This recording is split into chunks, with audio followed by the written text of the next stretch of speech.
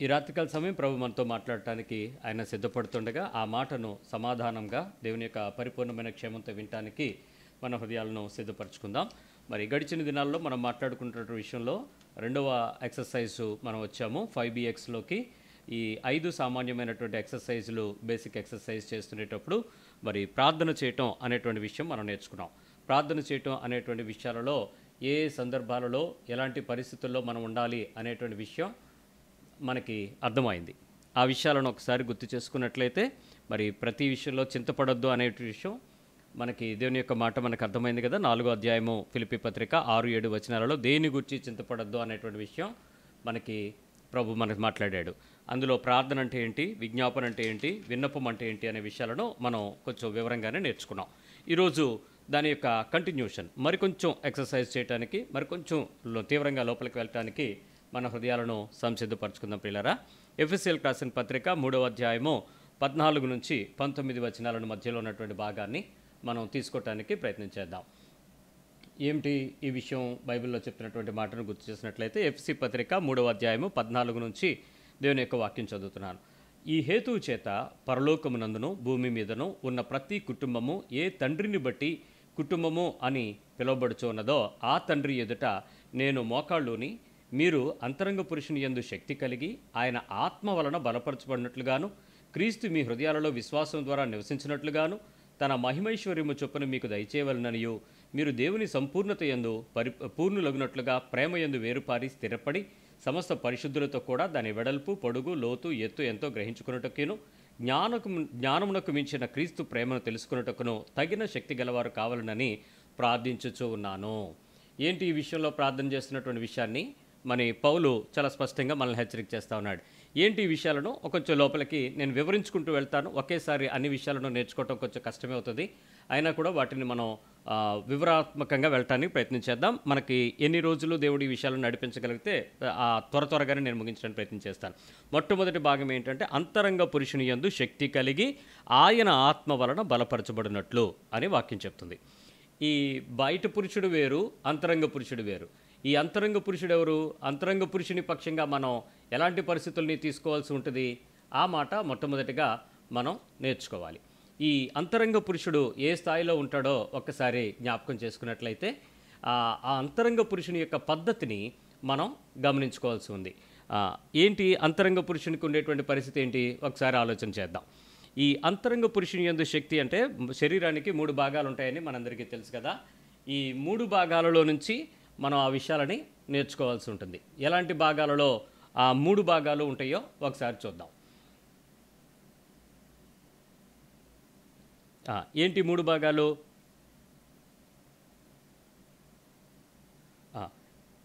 ఈ 3 భాగాలని మనం ఒకసారి చెక్ చేసుకుంటే ఈ 3 భాగాల్లో కూడా మరి ప్రాణము, శరీరము, ఆత్మ. ప్రాణము అంటే దేవుని యొక్క మాట చెప్తుంది కదా. ప్రాణంతో ఉండేటువంటి పరిస్థితి ఏంటంటే కదిలే శక్తి, అంటే రక్తము ఏదైతే బ్లడ్ ఉందో దీన్ని కదిలేటువంటి శక్తి అని అంటారు. రెండవది శరీరం. శరీరం అంటే మన హృదయము, మనకున్నటువంటి అవయవాలు ఇవన్నీ కూడా. మూడవది ఆత్మ లేక జీవము. ఏంటి ఈ ఆత్మ లేక ఒక జీవం గురించి మనం ఒకసారి జ్ఞాపకం చేసుకుంటే ఈ భాగాలలో ఎలాంటి పరిస్థితుల్లో మనం వాటిని చూడాల్సి ఉంటుందో వాటిని మనం తీసుకోవాల్సి ఉంటుంది. ఈ మూడింటిని ఒకసారి పరీక్షించుకోవటానికి ప్రయత్నం చేద్దాం. అంతరంగ పురుషుడు అనేటప్పుడు నిజంగా నీవెలా అయితే ఉన్నావో నీలాగే మరొక మనిషి లోపల ఉన్నాడు. నువ్వెలా ఆలోచిస్తున్నావో వాటన్నిటికీ కేంద్రమైనటువంటి పరిస్థితి లోపలికి ఉంటుంది. ఈరోజు నేను చెప్పేది కొంచెం తత్వంలా కనపడదు, కానీ నీ గురించి నువ్వు పూర్తిగా అర్థం చేసుకుని అంతరంగ పురుషునికి యందు శక్తి కలిగి అనేటువంటి అనుభవంలోకి నువ్వు రానంత వరకు నీ విశ్వాస జీవితంలో నువ్వు నష్టాన్ని అనుభవిస్తావు. ఎందుకు ఆ పరిస్థితిలో ఉంటుందో ఒకసారి జ్ఞాపకం చేసుకుందాం. మొదటిగా చెప్తున్న విషయం చూద్దాం. అంతరంగ పురుషుని యందు పరిస్థితులు ఎట్లా ఉంటాయనంటే మనకి కళ్ళు, ముక్కు, చెవులు, నాలుక, చర్మం, ఇవి 5 ఉండేటువంటి పంచ జ్ఞానేంద్రియాలని మనందరికీ తెలుసు. ఈ జ్ఞానేంద్రియాలన్నిటిలోనూ మనంగా ఎట్లా ఉంటామో ఒకసారి చూద్దాం. ఎలాంటి పరిస్థితి ఉంటుంది అని అంటే ఈ 5 జ్ఞానేంద్రియాలు కదలిక ప్లస్ చలనం ఉంటేనే మనిషి. ఇవి లేకపోతే మనిషి కానే కాదు. ఇది మనకు తెలుసు. ఈ మనిషిగా ఉండేటువంటి ఒక వ్యక్తి ఏ పరిస్థితుల్లో అయితే ఉంటాడో ఆ పరిస్థితుల్లో నుంచే మనం బయటికి రావడానికి పూర్తిగా ప్రయత్నం చేయాలి. ఈ ప్రయత్నం చేయాల్సిన పరిస్థితి అంతటిని కూడా మనం ఒకసారి జ్ఞాపకం చేసుకుని ఎలాంటి స్థాయిలో ఎలాంటి పరిస్థితుల్లో మనం ముందుకు వెళ్తున్నామో చూస్తే మనిషి యొక్క లోపల మరి కొన్ని రకాలైనటువంటి అనుభవాలు జరుగుతుంటాయి అంతరంగ పురుషుల్లో. ఏంటి అంతరంగ పురుషుల్లో అని అంటే మనకు ఒకటే విషయం తెలుసు, మన ఆలోచనలు, మనకున్నటువంటి ఉపాయాలు, మనం తీసుకునేటువంటి కొన్ని నిర్ణయాలు, మనం తీసుకునే కొన్ని అవగాహనలు, మనం చేసేటువంటి నైతికమైన ప్రవర్తన, ఇవన్నీ కూడా బయటకు కనపడేటువంటి విషయాలు కావు. ఇవన్నీ ఎక్కడ కనపడుతున్నాయి? నీ అంతరంగ పురుషుల్లో జరుగుతున్నాయి. అంటే బాహ్యంగా నీ శరీరము ఈ అవయవాలన్నీ కలిగి ఉండి వాటి లోపల ఈ పరిస్థితుల్లో మనం వేదన పడుతున్నామనే విషయం మనకు అర్థమవుతుంది. దీనిలో నుంచి మరికొంచెం ప్రత్యేకమైన పరిస్థితి కనుక మనం చూడగలిగితే ఏం జరుగుద్దో ఒకసారి చూద్దాం. ఈ లోపల ఉన్నటువంటి పరిస్థితి మనల్ని ఏ స్థాయిలో నడిపిస్తుందో ఒకసారి అర్థం చేసుకుందాం. మనస్సు, బుద్ధి, చిత్తము, అహంకారం, ఇవి 4 కూడా అంతఃకరణాలు. మళ్ళీ చెప్తున్నాను, మనస్సు, బుద్ధి, చిత్తము, అహంకారం, ఈ 4 కలిపి నువ్వు చేసుకునేటువంటి ప్రతి నిర్ణయము బయటకు ఆధారపడుతుంది. ఉదాహరణకి మీ అంతరంగంలో ఏదైతే ఉంటుందో వాటి స్పందనలన్నీ కూడా బయటకు తీసుకొస్తాయి. నువ్వు లోపల ఏమనుకుంటున్నావు అనే విషయంలో నీకు స్పష్టత లేనప్పుడు బయటకు నువ్వు చేసే పని కూడా అంత స్పష్టంగా రాదు. ఇది బయటికి లోపలికి ఉండేటువంటి పోరాటం. ఉదాహరణకి బాహ్యమైన పరిస్థితుల్లో మన శరీరానికి 5 ప్రదేశాలు ఖచ్చితంగా జాగ్రత్తగా చూసుకోవాల్సిన విషయాలు ఏవి? బాహ్య పంచేంద్రియాలు ఎలా ఉన్నాయో లోపల 5 విషయాలు ఉన్నాయి. ఉదాహరణకి మాట చూడండి, నోరు లేక నాలుక రుచికి మరి మిగిలిన పరిస్థితులకి ఎలా అయితే ఉపయోగపడుతుందో అలాంటి పరిస్థితుల్లో ఏ స్థితిలో అయితే ఉందో ఆ స్థితిలో దీన్ని చూడాల్సిన పరిస్థితి మన ముందు వస్తుంది. అందుకనే ఈ పరిస్థితులన్నింటినీ కూడా జాగ్రత్తగా చూసుకోవాల్సిన పరిస్థితి ఉంది. ఒకసారి జ్ఞాపకం చేసుకొని ఏ పరిస్థితుల్లో మనం వాటిలో ఉంటున్నామో ఒకసారి జ్ఞాపకం చేసుకుందాం. ఇక్కడ మనం చూసినప్పుడు క్షమించండి, వాక్కు అనేది మాట నోట్లోంచి బయటకు వస్తుంది, కానీ ఈ మాట కేంద్రం ఎక్కడో చెప్పండి. నీ మెదడులో ఎక్కడో భాగం ఉంది కదా, రైట్. చేతులు, ఈ చేతులు ఎక్కడ పనిచేస్తున్నాయి, ఎలా పనిచేస్తున్నాయి, ఏ పరిస్థితుల్లో మనం ముందుకు వెళ్ళడానికి ప్రయత్నం చేస్తున్నాయి, అది కూడా ఒకసారి చూసుకుంటే ఆ చేతలు ఇవి కూడా లోపల ఉంటాయి. ఆ చేతలతో మనం తీసుకోవటం, ఇవ్వటం అనేటువంటి నిర్ణయాలు బయటికి ఇబ్బంది పడుతూ ఉంటాం. మూడోది మన పాదాలు, మన అవయవాలు, కాళ్ళ కింద ఉన్నాయి కదా, వాటితో మన రాక పోక మధ్యలో ఎలాంటి పరిస్థితుల్లో ఉంటామో మనం దాన్ని ఆలోచించుకోవాలి. నాలుగోది ఏంటంటే మనలో విడిచిపెట్టాల్సిన విషయాలు కొన్ని విసర్జికాలు, పాయువు అంటాం. అంటే యూరిన్ కానీ, మోషన్ కానీ, స్వెట్ కానీ, సెలైవ కానీ, కన్నీరు కానీ, ఇవి కొన్ని అవయవాలు బయటకు పోతూ ఉండాలి. అవి పోతూ ఉంటేనే గాలి, కార్బన్ డైఆక్సైడ్, మన శరీరం బాగుంటాం. ఈ పాయువు అంతా ఏదైతే ఉంటుందో ఇవ్వడం, తీసుకోవటం, అంటే పట్టుకోవటం, విడిచిపెట్టడం అనే విషయాల మీద మనకు ఆధారపడి ఉంటుంది. అంతరంగ పురుషునికి బయట మనిషికి తేడా తెలియకపోతే నువ్వు కేవలం శరీర సంబంధిగా బతుకుతావు తప్ప, ప్రకృతి సంబంధిగా బతుకుతావు తప్ప, ఆత్మ సంబంధిగా నువ్వు బతకవు. దానిని నువ్వు చెక్ చేసుకుంటూ పరిశీలించుకుంటూ బయటకు రావాల్సిన పరిస్థితుంది. ఐదవది ఏంటంటే జ్ఞానేంద్రియాలలో సుఖాన్ని పొందుకునేటువంటి గుప్తేంద్రియాలు ఉన్నాయి, అవయవాలు. సెక్స్ అంటాం కదా, దానితో సంతోషపడేటువంటి పరిస్థితి, శరీరాన్ని సౌకర్యపరుచుకునేటువంటి పరిస్థితులు ఉంటాయి. ఈ విషయాల మధ్యలో మనం వాటిని పూర్తిగా ఆలోచించుకోవాలి. ఒకసారి ప్రయత్నం చేసినట్లయితే దేవుని యొక్క మాట అంతరంగ పురుషుడు చేసే ప్రతి మంచి పని, అంతరంగ పురుషునిలో జరిగించే ప్రతి పని కూడా మనం చాలా జాగ్రత్తగా చూసుకోవాల్సి ఉంటుంది. ఇప్పుడు అది చెడ్డ పని కానీ మంచి పని కానీ మనకు ఉదాహరణ ఎవరు? మీ ఇంటి పక్క వాళ్ళు కాదు, బైబిల్ ఉదాహరణ ఏ పరిస్థితుల్లో ఉంటుందో దాన్ని చూసుకోండి. ఆ ఉదాహరణకు సంబంధించిన ప్రతి పరిస్థితికి తగినట్లుగా మనం ప్రవర్తనను చేసుకోవాల్సి ఉంటుంది. ఇప్పుడు నేను మీకు ఈ విషయాలలో ఎలాంటి పరిస్థితుల్లో మనం ఉంటామో మీకు ఒక మాట చెప్తాను, వినండి. మొదటిగా వాక్కు అన్నాను కదా, ఈ వాక్కు ఏదైతే ఉందో మాటలు, ఓకే. సో ఈ విషయాల్లో మనం ఒకసారి కనుక మనం గమనించినట్లయితే మాటలు ఉదాహరణ ఏంటి, ఎలా మాట్లాడాలి, ఎలా మాట్లాడకూడదో మనకు ఉదాహరణలు ఉంటాయి. నీకు మాట చెప్పాలి. మోషే ఉన్నాడు చూసారా, దైవజనుడైనటువంటి మోషే, దేవుని ఇల్లంతట్లో నమ్మకస్తుడైనటువంటి సాత్వికుడైన, భూమి మీద సాత్వికుడైనటువంటి మోషే చాలా మాటకారి. కానీ అతడు దేవుని సన్నిధిలోకి వచ్చినడికి ఏమన్నాడు తెలుసా? నేను మాట నేర్పరని కాదన్నాడు. అంటే ఏం మాట్లాడాలో ఏం మాట్లాడకూడదో మనకు మోషే ఒక మాదిరి. అంటే అంతరంగము బాహ్యానికి పోరాటంలో ఉంటే ముందు గెలవాల్సింది ఏంటంటే అంతరంగ పురుషుడు బలపరచబడాలి అని అంటే, దేవుని శక్తిని నువ్వు తెలుసుకోవాలి అని అంటే నీ లోపల జరిగే కెమిస్ట్రీ బయటకు వచ్చి కక్కేసే లోపు జాగ్రత్త పడాలి అనేటువంటి విషయం మొదట నువ్వు అర్థం చేసుకోండి. ఈ విషయంలో ఎలా ఉండాలి, మంచి స్నేహితులు చెడ్డ స్నేహితులు అనేటువంటి రెండో విషయం ఏంటో చెప్తుందంటే మనకి యోబు యొక్క స్నేహితులు, యోబు స్నేహితులు. యోబు స్నేహితులు ఎలా ఉంటారో ఒకసారి ఆలోచించండి. యోబు స్నేహితులు చేసేటువంటి పని విషయంలో కూడా మనకి జోఫరు, ఎలిఫజు, బిల్దదు వీళ్ళందరూ కూడా ఏంటంటే ఏం మాట్లాడకూడదో మనతో చెప్పారు. ఒక ఆత్మీయమైన వ్యక్తితో ఎలా మాట్లాడాలి, ఒక నీతివంతుడితో ఎలా మాట్లాడాలి, ఒక న్యాయవంతుడితో ఎలా మాట్లాడాలి, ఎలా మాట్లాడకూడదు, ఎలా ప్రశ్నించాలి, ఎలా ప్రశ్నించకూడదు అనే విషయాలు చాలా తేటగా మనకి యోబు అధ్యాయాలన్నింటిలోనూ మనకి వాళ్ళు మాట్లాడి చూపిస్తారు. చూడండి, మాట విషయంలో నువ్వు ప్రేరేపించబడాల్సింది వాక్యమును బట్టి. అంతరంగ పురుషుడు బలపరచబడితే బాహ్య పరిస్థితుల్లో మనకు ఉదాహరణగా ఇక్కడ మోషే కనపడతాడు, ఇటు యోబు యొక్క స్నేహితులు కనపడుతున్నారు. రెండో విషయం అంటే అంతరంగములో నుంచి బయటకు తీసుకొచ్చే మనుషుల్లోనే మీకు తేడాలు చూపిస్తున్నాను. రెండోది చేతలు అని చెప్పాను కదా, చేతలు అంటే క్రియలు, అంటే మన చేతులతో మనం చేసేటువంటి క్రియలు. వీటిలో మనకి రెండు పనులు మన ఇద్దరు చూపిస్తాను. మొదటిగా ఏంటంటే ఆదాం దేవుని చేత చేయబడిన తర్వాత దేవుడు ఏం చెప్తే చేశాడు, ఎలా చెప్తే అలా చేశాడు, ఏది ఎక్స్ట్రా చేయలే, అంత పర్ఫెక్ట్గా ఆయన ఆ పనులన్నీ చేసేసాడు.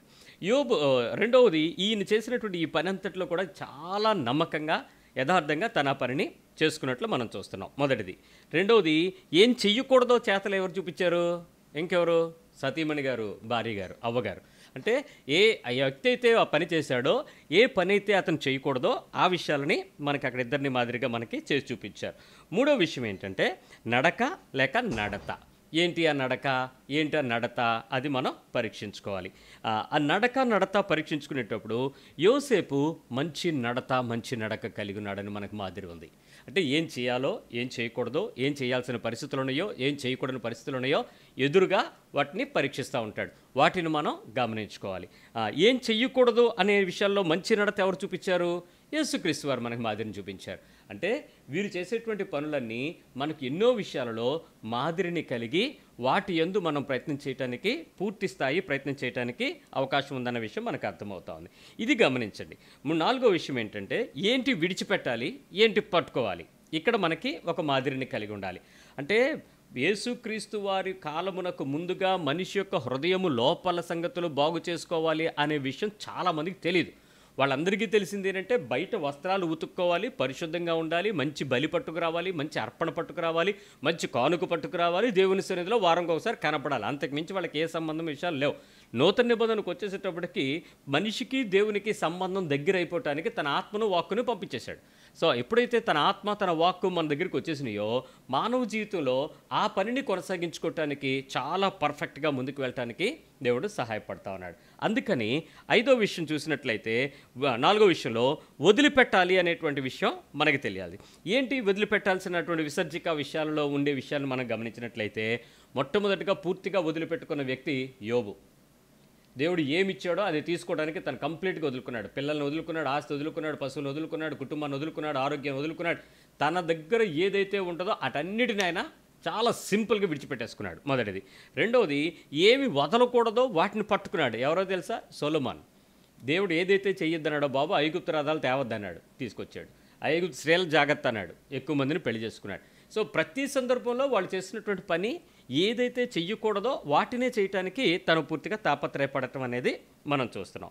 సో ఈ రెండు విషయాలను మనం చూసిన తర్వాత ఆఖరి విషయం చూద్దాం. ఆనందించడం, శరీరంలో ఆనందించేటువంటి అవకాశం కూడా ఉండాలి కదా. మరి మన బాహ్య పురుషుడు ఆనందించే ఇవే కదా. అంటే మనిషి ఎక్కడెక్కడ శోధించబడుతున్నాడో మళ్ళీ చెప్తున్నాను. మాటలు, చేతలు, పాదాలతో నడత, తర్వాత విడిచిపెట్టాల్సిన దగ్గర విడిచిపెట్టకపోవటం, శరీర కోరికలతో శోధించబడటం. ఇదే మానవుల్లో ఉండేటువంటి 5 లోపల పంచ జ్ఞానేంద్రియాలు, కర్మేంద్రియాలకు మధ్యలో ఉండే ఈ ఫైట్.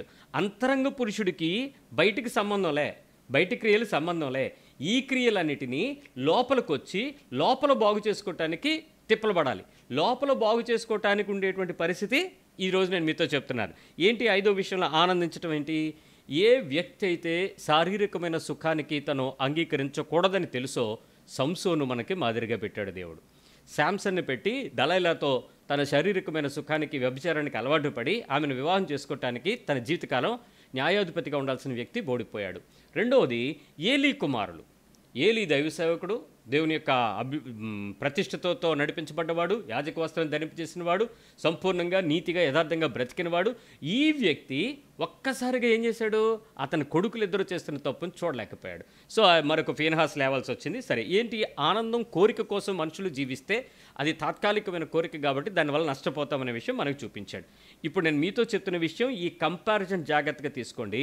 కళ్ళు, ముక్కు, చెవులు, నోరు, చర్మము అంటే శరీరము, ఈ 5 అవయవాలపై నీకు అదుపు రావటానికి నువ్వు మునీశ్వరుడు అవతారం ఎత్తక్కర్లా, తపస్సు చెయ్యక్కర్లా, యజ్ఞం చెయ్యక్కర్లా.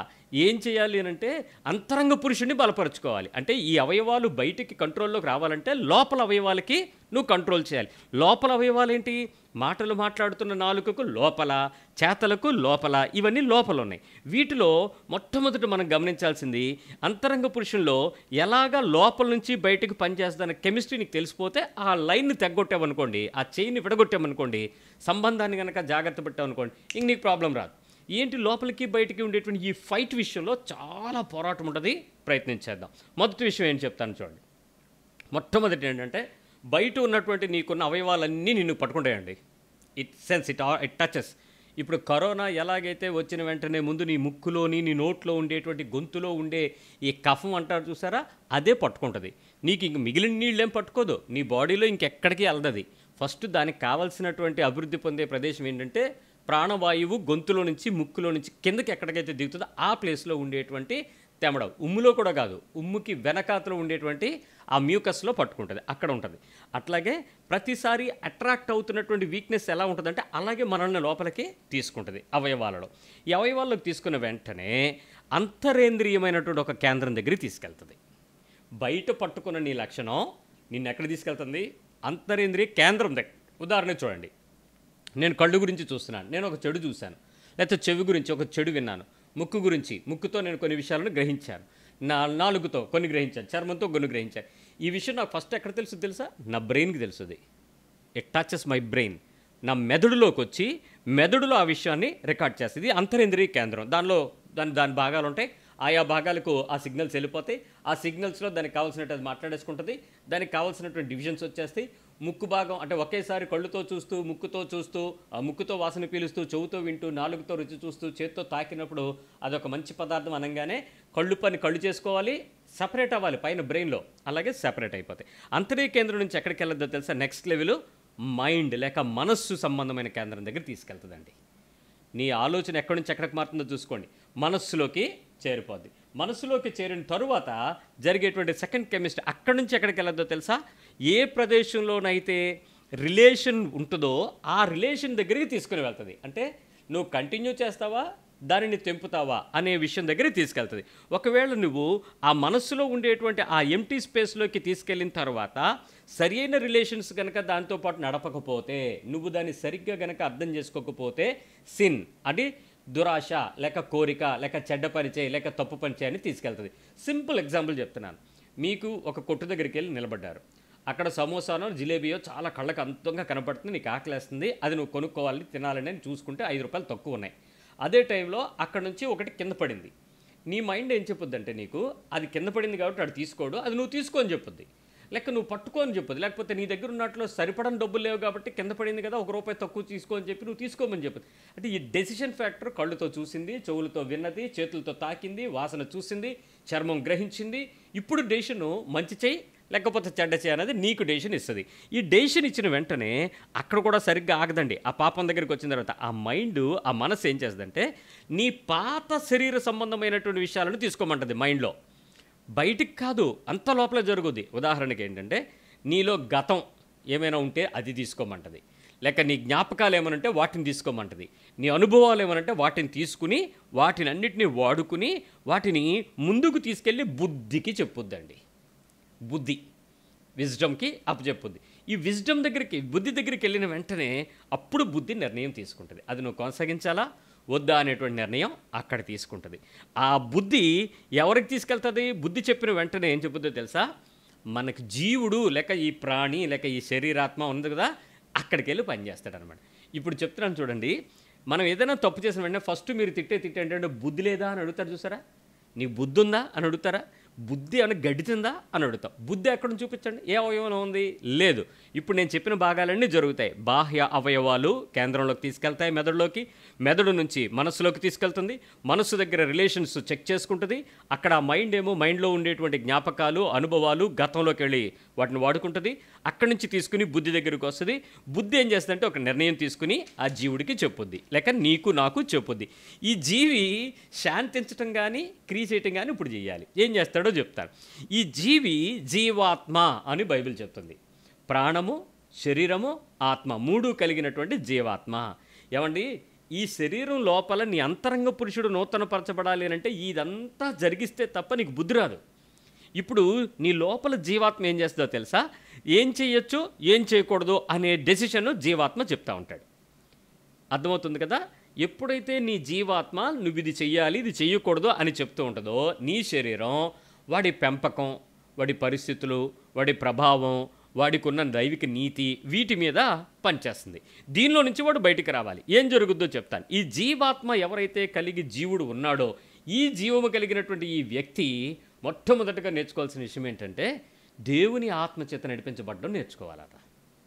ఇది జరగాలి. ఇప్పుడు అంటే ఎంతమంది దేవుని ఆత్మచేత నడిపించబడతారో వారు దేవుని యొక్క కుమారులు అవుతారని బైబిల్ చెప్తుంది. అంటే దేవుని ఆత్మచేత నా జీవపు ఆత్మ నడిపించబడాలి, అంటే ఓవర్టేక్ చేయబడాలి, అంటే నేను దేవుని ఆత్మకు అప్పగించుకోవాలి. అది యేసు ప్రభు వారు ఈ ఎఫ్సి పత్రిక పౌలు ద్వారా మనకి హెచ్చరిక చేస్తూ ఉన్నాడు. అంతరంగ పురుషుడు శక్తి కలిగి ఆయన ఆత్మ వలన బలపరచబడాలి. నీ ఆత్మ కాదు, ఆయన ఆత్మ అనగా దైవికమైన ఆత్మ ద్వారా నువ్వు బలపరచబడాలి. ఎంత శక్తితో పనిచేయాలో చూడండి ఇక్కడ విషయం. ఇది మళ్ళీ ఒకసారి మీకు వివరంగా చెప్తున్నాను. చాలా సింపుల్ లాజిక్ని మనం కాంప్లికేట్ చేసుకుని ఈరోజు తప్పు చేస్తూ, పాపం చేస్తూ, భక్తి చేస్తూ, ఏడుస్తూ ప్రవ్వా ప్రవ్వా అని ప్రతిరోజు ఏడుస్తూనే ఉన్నాం. పాపంపై విజయం పొందుకోవడం చాలా ఈజీ. నీవు చేయాల్సిందల్లా లోకము పరిస్థితులన్నింటినీ చూస్తూ నీ అవయవాలని అంతరంగ పరిశుద్ధతకు అప్పగిస్తూ దేవుని ఆత్మ యొక్క నడిపింపుకు నీ జీవుడిని అప్పగించాలి. అంటే నువ్వు తీసుకునేటువంటి బుద్ధి నుంచి వచ్చేటువంటి ప్రతి నిర్ణయము తప్పు చేయకుండా ఒక నిర్ణయం తీసుకోగలగాలి అని అంటే నీ ఆత్మ దేవుని ఆత్మ చేత నడిపించబడాలి. అలాగును నిన్ను నువ్వు సిద్ధపరచుకోవాలి. అదే దీనిలో ఉన్నటువంటి భక్తి యొక్క పరిపూర్ణత. సరే, విషయం చెప్తాను. ఇప్పుడు ఎలాంటి కంట్రోల్లోకి వస్తుందో మళ్ళీ చెప్పాల్సింది.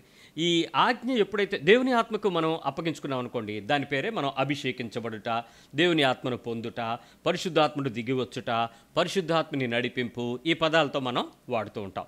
గమనించండి, భాషలో మాట్లాడటం పరిశుద్ధాత్మతో, పరిశుద్ధాత్మ యొక్క సాదృశ్యానికి, పరిశుద్ధాత్మ యొక్క ఉన్నాడు అనడానికి సూచన కాదు. భాషలో మాట్లాడటం ఎంత మాత్రమూ కాదు. భాషలు నీకు అవసరం అనుకుంటే దేవుని ఆత్మ నీకు ఆ కృపావరాన్ని ఇస్తాడు. ఒకవేళ నీకు అవసరం కాదనుకుంటే నీకు వాటిని ఇవ్వడు. దాని గురించి నీకు చింత లేదు, దాని గురించి ఆలోచన లేదు, దాని గురించి కలవరపడమాకు, వదిలేసాయి. అయితే ఈ జీవాత్మ దేవుని ఆత్మకు, పరిశుద్ధాత్మకు విధేయత గనక చూపిస్తే శరీరానుసారమైన మనిషి ఆత్మానుసారమైన మనిషిగా రూపొందుతాడు.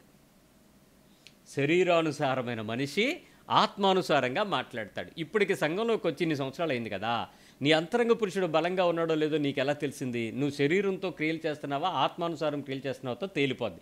చాలామంది ఏమనుకుంటారంటే ఆత్మానుసారం క్రియలు చేయాలంటే రాబాబాబా అని చప్పట్లు కొట్టడం, మోకాళ్ళ మీద గెంతడం, డప్పు కొట్టినప్పుడు గెంతులేసేయటం, దేవుని ఆత్మ అని చెప్పేసి కింద మీద తిరిగి పడిపోతాం. ఇలాంటి పిచ్చి ఎర్రి ఆశాలు పరిశుద్ధాత్మ అల్లరికి కర్త కాదు, చాలా సమాధానంగా జరిగిస్తాడు. అయితే ఆత్మానుసారము ఎప్పుడైతే నడిపించడానికి నువ్వు విధేయత చూపిస్తావో అప్పుడు మనిషికి జరిగే విషయం ఏంటంటే ఆత్మ నడిపింపు అనేది అర్థమవుతుంది. రెండోది, ఆత్మ యొక్క మార్పు, ఆత్మానుసారమైన మార్పుకి నీవు లోబడడానికి జరుగుద్ది. అప్పుడు పరిశుద్ధాత్మ దేవుడు నీవు లోబడినప్పుడు తీసుకున్నటువంటి నిర్ణయాన్ని ఆజ్ఞగా నీకు చెప్తాడు. అక్కడ ఆజ్ఞ వస్తుంది. అంతవరకు వాక్యము కానీ ఆజ్ఞ కానీ నీకు రావు. ఆ ఆజ్ఞ నీ దగ్గరికి వచ్చి దేవుని యొక్క పద్ధతిలో ఆ రివర్స్ ఫెనామినా ఆజ్ఞగా మారిపోతుంది. అంటే ఇది చెయ్యాలా చేయకూడదు అనేది పర్ఫెక్ట్ డెసిషన్ వచ్చేస్తుంది నీకు. నువ్వు ఇంక దానికి పిలిచి, పాస్టర్ గారు మా అబ్బాయి ఉద్యోగానికి వెళ్తున్నాడండి మిలిటరీలో, వాళ్ళేమో మెడికల్ చెకప్కి మరి 50,000 అడుగుతున్నారు. అందరూనేమో ఏంటమ్మా నీ లైఫ్ సెటిల్ అయిపోద్ది, అనవసరంగా ఆ పిల్లోడి గురించి నువ్వు ఇబ్బంది పడమాక, ఒక 50,000 కదా కట్టిపడే అంటున్నారు. చెయ్యమంటారా చెయ్యొద్దంటారా? నువ్వు అడగాల్సింది ఎవరిని? దేవుడిని. ఇప్పుడు నువ్వు ఎవరిని అడిగా? పాస్టర్ని. పాస్టర్ ఏం చెప్తాడు? అమ్మా మరి నాకు నీ కొడుక్కి జీతం ఎంతండి? నెలకి 1,50,000. అయితే ఇప్పుడు మనకి దశంభాగం ఎంత వస్తుంది?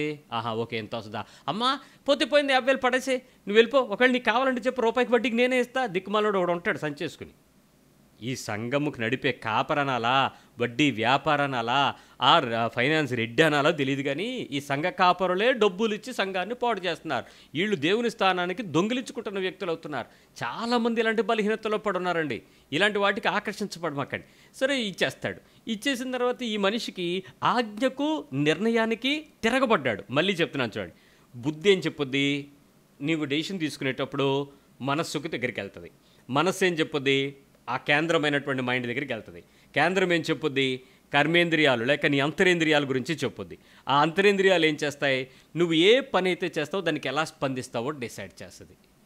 నువ్వు మంచి అయినా చేయొచ్చు, చెడైనా చేయొచ్చు. కానీ నీ అంతరంగ పురుషుడు కనుక దేవుని ఆత్మచేత నడిపించబడ్డాడు అనుకోండి, నువ్వు తప్పు చేయవు. నిర్ణయం తీసుకునేది ఆత్మ. ఆలోచించాల్సింది ఆత్మ, నడిపించాల్సింది ఆత్మ. ఆ రకమైన దైవిక క్రమానికి నువ్వు పూర్తిగా లోబడిపోతావు. ఎక్కడ ఒప్పుకోడు, ఎక్కడ లోకం కలవదు, బలంగా నిలబడతావు. ఇక్కడ జరిగే విషయం ఏంటో చెప్తాను. ఇప్పుడు అంతరంగ పురుషుడు నూతనపరచబడ్డాడు కదా, శక్తితో నింపబడతాడు కదా, ఆత్మచేత పరిపాలించబడతాడు కదా, ఆత్మచేత ముందు కొనసాగించబడతాడు కదా. అంతరంగ పురుషుడు చేసే పని పూర్తి స్థాయి ఆత్మీయతలో మారిపోతుంది. నీ జీవితంలో సంపూర్ణమైన క్రైస్తవ జీవితం అంటే ఏంటో ఒక పరిణితిని నువ్వు చూడగలుగుతావు. ఏం జరుగుద్దో జాగ్రత్తగా చెప్తాను. ఈ విషయాన్ని కొంచెం మనసు పెట్టి వినడానికి ప్రయత్నించండి. అంతరంగ పురుషుడు ఎప్పుడైతే నూతనపరచబడతాడో శక్తి కలిగి ఉంటాడు. పరిశుద్ధాత్మ మీ మీదకి వచ్చినప్పుడు మీరేం పొందుతారు? శక్తి పొందుతారు.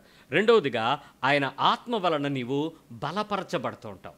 బలము నీకు దొరుకుద్ది. ఈ బలం ఏంటి? సంసోను కండ్ల బలం కాదు. ఈ ఆత్మ యొక్క బలము లోకము యొక్క పరిపూర్ణమైన బలములన్నిటికంటే గొప్పది. మీకు ఉదాహరణకు ఒక మాట చెప్పాలి.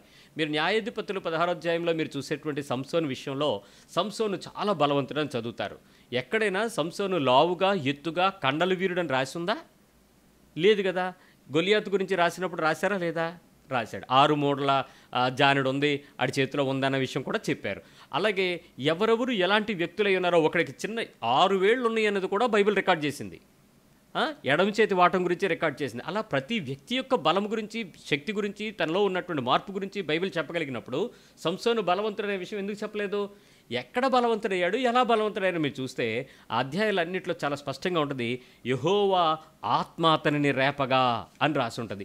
ప్రతి సందర్భంలో దేవుని ఆత్మే అతన్ని రేపితేనే ఆ సింహాన్ని చీల్చినట్లు, రేపితేనే నక్కలను పట్టుకున్నట్లు, రేపితేనే యుద్ధం చేసినట్లు రేపిన అనుభవం అక్కడ చాలా స్పష్టంగా రాస్తాడు. ఒకసారి కాదు, 2 సార్లు కాదు, అన్నిసార్లు రాసినప్పుడు యెహోవా ఆత్మ అతన్ని రేపింది, అందువలనే అతని పనులు చేశాడు అనే విషయం మీరు చాలా స్పష్టంగా చదువుతారు న్యాయాధిపతుల్లో. మీరు ఆ అధ్యాయాన్ని కనుక మీరు జాగ్రత్తగా చదువుకున్నట్లయితే స్పష్టంగా చెప్తేస్తాడు. యెహోవా ఆత్మ అతన్ని రేపింది అనేటువంటి విషయమే అన్నిసార్లు కూడా మెన్షన్ చేసుకుంటూ వస్తుంది.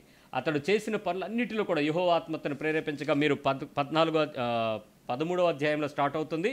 ఇక అక్కడి నుంచి అన్నీ మీరు చూస్తూ ఉంటారు. అయితే ఏంటి, మనిషి సన్నగానే ఉంటాడు, కానీ ఆత్మ అతనికి కావలసినటువంటి సంపూర్ణమైన శక్తిని, బలాన్ని ఆ రోజు ఈ రోజు కూడా ఇవ్వటానికి సిద్ధంగానే ఉన్నాడు. అంటే ఏ పనులు నువ్వు చేయలేవో దేవుని ఆత్మ నీ చేత ఆ పనులు చేయించగలదని సాదృశ్యం. వాడు తప్పు చేయడానికి దేవుని ఆత్మను వాడుకున్నాడు, దేవుని ఆత్మ చేత మంచి చేయడానికి దేవుని ఆత్మ నడిపింపు నీకు ఉపయోగపడుతుంది. అంటే పరిశుద్ధాత్మ దేవుడు తప్పు చేయిస్తాడని కాదు, పరిశుద్ధాత్మ యొక్క బలము చేత ఆ పనులు చేయించుకోవటానికి దేవుని యొక్క అంతరంగ పురుషుడు నువ్వు పొందుకోవాలన్నది చెప్తున్నాడు. అక్కడ బాహ్యము, ఇక్కడ అంతరంగం. పాత నిబంధన అంతా శరీరంలో, నూతన నిబంధన అంతా అంతరేంద్రియం, నీ హృదయము, నీ మనస్సు, వీటిలో. ఇప్పుడు చూద్దాం. ఈ ఎప్పుడైతే బలపరచబడిందో ప్రతిసారి ప్రతి అవయవము సంపూర్ణమైన స్థితిలోకి తీసుకురావడానికి దేవుడు నీతో బలపరుస్తూ ఉంటాడు. ఇప్పుడు ఎగ్జాంపుల్ చెప్తాను, మీరు చాలా జాగ్రత్తగా ఆలోచించండి. వాక్యము నీ దగ్గరికి వచ్చేటప్పుడు, అంటే కన్ను, ముక్కు, చెవి, నోరు, చర్మం, అంతరేంద్రియాలు ఇవన్నీ ఉన్నాయి చూసారా, ఇవన్నిటికీ ఫస్ట్ వాక్యం నుంచి నీ లైఫ్ నుంచి నీ రిజల్ట్, అంటే నీ జీవితం యొక్క పర్యవసానం.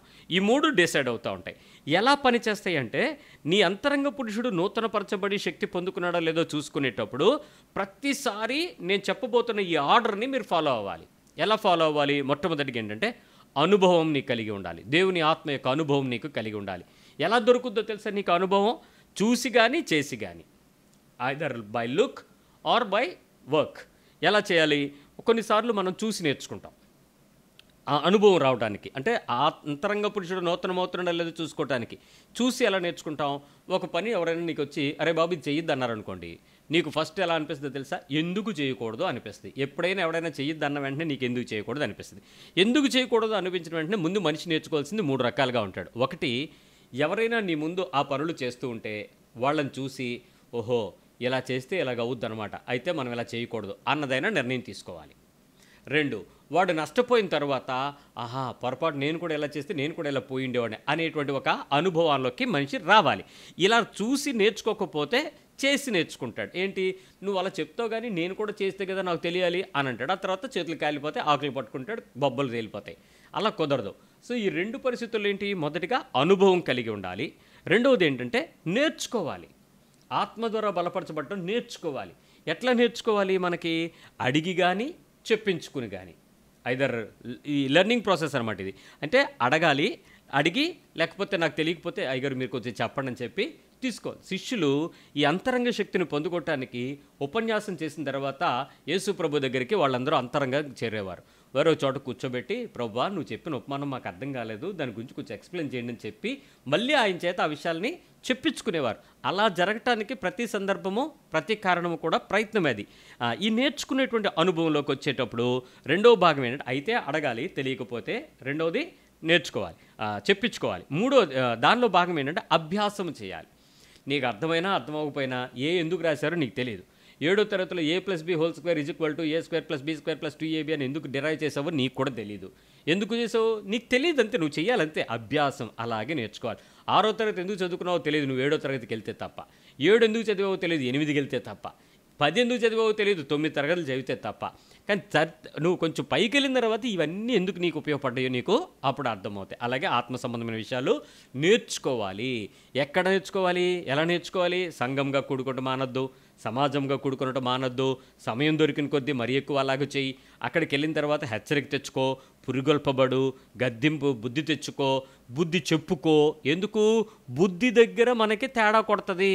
ఆత్మానుసారం నడిపించబడటానికి నీ బుద్ధి నీ కేంద్రం చుట్టూ తిరుగుద్ది తప్ప ఆత్మ చుట్టూ తిరగదు. అందుకు నీవు ఆత్మతో అంతరంగం బలపరచబడితే తప్ప బయటికి నీ క్రియలు మారవు. అక్కడ నిన్ను నువ్వు లోపలికి తెచ్చుకోవడానికి ప్రయత్నించాలి. 3వది మనలో ఉండేటువంటి జ్ఞాపక శక్తి ఉంది చూసారా, ఈ మెమరీ బ్యాంకు, అది బాగా పాడు చేస్తుందండి మనల్ని. మన జ్ఞాపకాల్లోకి వెళ్ళి ప్రతిసారి తీస్తూ ఉంటుంది. ఈ జ్ఞాపకాలలో మనకి మొట్టమొదటిది అంటే గతం లేక నిన్న లేక పాత ఈ విషయాలు వస్తూ ఉంటాయి. ప్రతిసారి గతంలోకి మనల్ని తీసుకెళ్తూ ఉంటాయి. ఈ గతము. రెండోది స్వీయ ఫలితం, అంటే స్వంతంగా మనం ఏమైతే చేసి ఏమైతే నిర్ణయాలు తెచ్చుకుని మనకి ఎలా కుదిరిందో ఆ స్వీయ ఫలితాలు మనల్ని ఎప్పుడు కూడా మనల్ని మెంట్ చేస్తుంటాయి. ఇప్పుడు స్త్రీలు చూడండి, స్వీయ ఫలితం అంటే ఏంటంటే వాళ్ళ మైండ్ అంతా జ్ఞాపకాలతో నింపడి ఉంటుంది. ఏదైనా సందర్భం వచ్చిందనుకోండి, అల్లప్పుడు నువ్వు ఆలోచిస్తుంటే వాళ్ళు డేట్ కూడా చెప్పేస్తారు. ఆ రోజు ఏంటో, ఆ రోజు మంగళవారం నాకు బాగా గుర్తుందంటారు. బైబిల్లో మత్తయి సువార్త 4:4 ఏంటో గుర్తుండదు, కానీ వీళ్ళకి అది గుర్తుంటుంది. అవన్నీ తెచ్చుకో. కేంద్రం మారలేదన్నమాట అర్థం. అంటే మైండ్లో ఉన్న జ్ఞాపక శక్తి దగ్గర నిలబడుతున్న వ్యక్తులు ఆత్మ ద్వారా నడిపించబడే శక్తి వైపు వాళ్ళు ఇంకా టర్న్అప్ చేయలేదు. అది ముఖ్యమైనటువంటి విషయం. 4వది, మొదటిది అనుభవం, దానిలో చూసి చేసి నేర్చుకోవాల్సింది అడిగి చెప్పించుకుని అభ్యాసం ద్వారా. 3వది జ్ఞాపకం, గతంలో కానీ స్వీయ అనుభవంలో కానీ. 4వది శిష్యత్వంగా మారాలి, శిష్యునిగా మారాలి. శిష్యుని దగ్గరికి వెళ్ళి గురువు గారి దగ్గరకు చేరాలి, లేక ఒక నాయకుడి దగ్గర చేరాలి, ఒక ఆత్మీయ కాపరి కింద నిలబడాలి. ఇది లేకుండా, శిష్యత్వాన్ని లేకుండా, అంటే గురువు గారు లేక, అంటే గురువు అనే పదం బైబిల్ వాడద్దన్నది, కానీ ఉపాధ్యాయుడు లేక శిక్షకుడు, బైబిల్ ప్రకారం అయితే నాయకుడు, ఆ నాయకుని దగ్గరకు లేకుండా నువ్వెప్పటికీ కూడా ఒక ప్రయోజనకత్వం పొందలేదు. అందుకే మనకు పాఠశాలలో కూడా మనకు ఒక గురువుని పెట్టారు, ఏదైనా నేర్చుకోవటానికి కూడా ఒక ఉపాధ్యాయుడిని పెట్టారు. సో నేర్చుకునేటువంటి శిష్యత్వానికి యేసు ప్రభు వారు ముందుగా మనకు చెప్పినటువంటి విషయం. గురువుగారు ఉండాలి, రెండోది పాఠము ఉండాలి.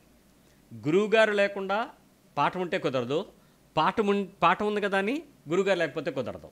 రెండూ ఉండాలి. నాయకుడు ఉండాలి, వాక్యము, పుస్తకము ఉండాలి. చాలామంది అనుకుంటారంటే బైబిల్ని పట్టుకుని మేము చదివేయగలం కదా అనుకుంటారు. కుదరదు. బైబిల్ పట్టుకున్నా, నువ్వు చదువుకోవడం ఉన్నా, నువ్వు సంఘంకి వెళ్ళి నీ నాయకుని దగ్గరికి వెళ్ళి నువ్వు కూర్చుని అక్కడ విని, అక్కడ చూసి, అక్కడ ఆయన్ని చూసి గ్రహించి, ఇంకా అవన్నీ ప్రాసెస్ అంతా ఆటోమేటిక్గా అభ్యాసం ద్వారా నువ్వు తెలుసుకోవాల్సిందే. 5వది, మనిషి లోపల అంతరంగ పురుషుడు పూర్తిగా బలం తెచ్చుకోవటానికి కావాల్సిన 5వ వ్యక్తి, మొట్టమొదటిది అనుభవం, రెండవది నేర్చుకునుట, 3వది జ్ఞాపకాలు సరిచేసుకోవటం, 4వది శిష్యత్వం, 5వది స్నేహం. మంచి నడత, మంచి స్నేహము, మంచి సహవాసము, మరి చెడు నడతలు కలిగిన వారి విషయంలో మనం ఎలా ఉంటామో తెలిసిపోతూ ఉంటుంది.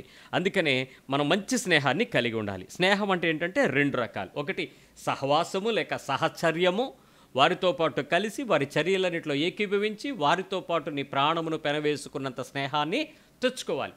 ఆ గొప్ప స్నేహం ఎప్పుడైతే నీవు నీ నాయకుడితో చేస్తావో, నాయకుని కుటుంబంతో చేస్తావో, సేవకునితో కలిసి చేస్తావో, నిశ్చయంగా అతడు నీ కొరకు మంచి స్నేహితుడు ప్రాణం పెట్టినట్లు నీ కొరకు ప్రాణం పెడతాడు నీ సేవకుడు. నీ కొరకు ఆలోచన కలిగి ఉంటాడు. అది ఎంత ప్రేమ ప్రాణం పెడతాడో తెలుసా? 99 గొర్రెల్ని అడవిలో వదిలిపెట్టి, పొలంలో వదిలిపెట్టలే, అడవిలో వదిలిపెట్టి, బాగా చదవండి వాక్యం, అడవిలో వదిలిపెట్టి తప్పిపోయిన తన స్నేహితుడైన ఒక్క గొర్రె కోసం అడివంతా దేవులాడి వెళ్ళి ఆ మనిషి దగ్గరికి వెళ్ళాడంట. సేవకుడు కాపరు ఎందుకు ప్రాణం పెడతాడో తెలుసా? మీరు యేసు ప్రభు గురించి మాట్లాడతాడు కాదు, ఎంతమంది రాకపోయినా నీ సేవకుని హృదయంలో నీకు ఆ స్థానాన్ని నువ్వు తెచ్చుకోగలిగితే, తెచ్చుకునేలాంటి జీవితానికి గనక నీ అంతరంగ పురుషుని కొరకు నువ్వు ప్రయాసపడితే, అంటే సేవకుని పెండకుండా ఆయన దగ్గర ఏదో తెచ్చుకుందామని ప్రయత్నం చేయకుండా, ప్రతిసారి ఆయన సోపేయకుండా నీ జీవితాన్ని మార్చుకుంటే ఖచ్చితంగా ఆ పరిస్థితుల్లో తగిన సంపూర్ణత నువ్వు అనుభవిస్తావు అనే విషయం గుర్తుపెట్టుకోండి.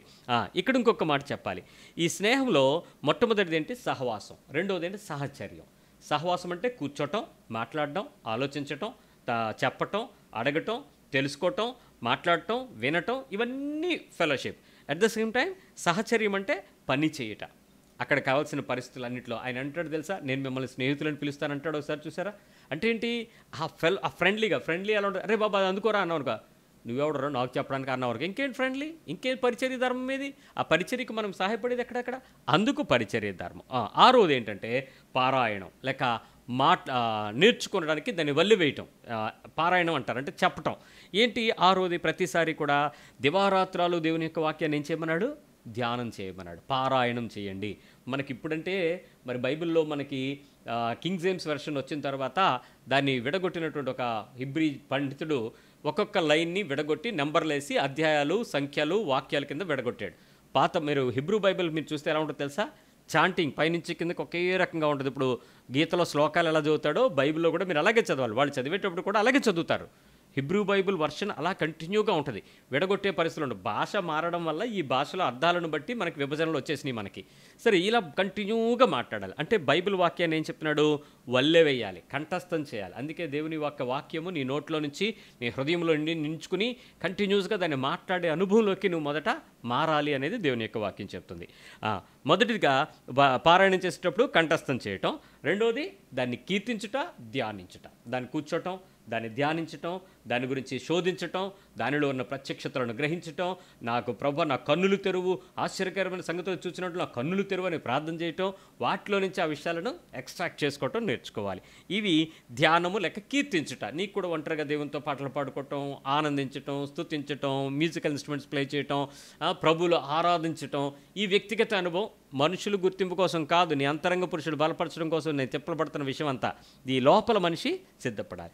ఇది జరగటానికి ప్రతి సందర్భంలో ఆఖరి విషయం దగ్గరకు వచ్చి ఆగుతాం. నేను మళ్ళీ చెప్తున్నాను, నీ బాహ్య అవయవాలు అంతరంగ పురుషునితో, అంతరేంద్రియాలతో సంపూర్ణమైన ఆత్మచేత లోబడేటట్లుగా సిద్ధపడి వాటి నిర్ణయాన్ని నువ్వు తీసుకోగలిగితే ప్రతిసారి బయట చూసినదంతా ఎక్కడి నుంచి ఎక్కడికి వెళ్తుందో మనం అర్థం చేసుకోవాలి. బయట అవయవాలు మనల్ని చూస్తాయి, లోపల అవయవాలకు తీసుకెళ్తాయి, అవయవాలు తీసుకెళ్ళి గ్రహించే కేంద్రం దగ్గరికి తీసుకెళ్తుంది, ఆ కేంద్రం ఏమో మనసు దగ్గర తీసుకెళ్తుంది, మైండ్ ఏమో మరికొన్ని జ్ఞాపకాలను కలుపుకొని బుద్ధి దగ్గరికి తీసుకెళ్తుంది, బుద్ధి ఏమో నిర్ణయం తీసుకుని చెయ్యాలా వద్దా అని డెసిషన్ తీసుకుంటుంది.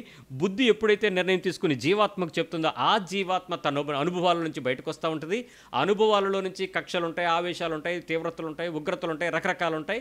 ఆ అవయవాలలో నడిపించబడుతున్న ఆ జీవాత్మ దేవుని ఆత్మ చేత నడిపించబడితే ఇన్ని జరుగుతాయి. అక్కడ కంట్రోల్ చేయబడితే మొత్తం నీ అంతరంగ పురుషుడు మారిపోతాడు. అప్పుడేం జరుగుద్ది? నీ అనుభవం ప్రారంభమవుతుంది, నేర్చుకునే పరిస్థితులు ఎదురవుతాయి, జ్ఞాపకంలో పనిచేయడానికి దేవుని సహాయం దొరుకుద్ది, శిష్యత్వంగా నువ్వు మారతావు, స్నేహాన్ని చేస్తావు, మరి వాక్యానుసారం పారాయణంలోకి వెళ్తావు. 6 7వది ఏంటంటే శుద్ధి జరుగుద్దండి. అప్పుడు నీ ప్రాయశ్చిత్తము అక్కడ జరుగుద్దండి. శుద్ధి, క్లెన్జింగ్ స్టార్ట్ అవుతుంది. ఈ క్లెన్జింగ్ స్టార్ట్ అయ్యేటప్పుడు మనిషి చేసేటువంటి అంటే అయితే శిక్షకు గురి అవుతావు, లేకపోతే శిక్షణము ద్వారా మారు మనస్సు దొరుకుద్ది. శిక్ష లేక శిక్షణము లేక మారు మనస్సు. ఈ మారు మనస్సు రాకుండా ఏ పని నువ్వు చేసేది భక్తి కాదు. ఇప్పుడు మీరు అందరూ ఏమన్నారో తెలుసా? మైండ్ మారిపోయిందంటే ఏమంటే, నిజంగా మైండ్ మారితే బుద్ధి మారిపోద్ది, బుద్ధి మారితే క్రియలు మారిపోతాయి, క్రియలు మారిపోతే ఆత్మ నడిపింపు వస్తుంది, ఆత్మ నడిపింపు వస్తే అంతరంగ పురుషుడు బలమైపోతాడు. ఇప్పుడు చెప్పండి, ఎంతమంది వాక్యం వింటున్న వాళ్ళల్లో ఈ చర్య అంతా జరిగింది? మీరు ఏమనుకున్నారంటే, అయ్యో చెంపలు వేసుకుని మరి దండం పెట్టేసి కొంత కానుక ఇచ్చేసి నీటిలో 3 సార్లు తండ్రి యొక్క కుమారుని యొక్క పరిశుద్ధాత్మను మునిగేసి బాప్తిజం తీసుకుని తెల్లగొడ్డలు కట్టేసుకొని రొట్టె ద్రాక్షను పట్టేసుకొని మా బతుకు స్టార్ట్ అయిపోయింది అనేసుకుంటున్నారు. మారుమనసు వచ్చేసింది, మేము విగ్రహాలు తీసేసాం, మేము ఇంక దేవుడిని నమ్మేసుకున్నాం అనుకోండి. ఉట్టిద్దే. ఇదంతా ఏంటంటే నీ ఆత్మకు రక్షణ తెలిసింది. నీ అంతరేంద్రియాలు పరిశుద్ధపరచబడే అభిషేకం దగ్గరికి వెళ్ళలా. నీకు ఇంకా లోపల నుంచి మనసు మారి బుద్ధి మారి క్రియలు మారే స్థితికి రాలా. మారకుండానే మనిషి పైశాచికమైన జీవితాన్ని జీవిస్తున్నాడు. ఇది చాలా ప్రమాదకరమైన విషయం. ఇదేం జరుగుద్ది? మనస్సు మారిందా? నిజంగా మనసు మారిందా? పరీక్షించుకోండి. నిజంగా మనసు మారిందా అని అడిగితే ఏం చెప్తారు సమాధానం?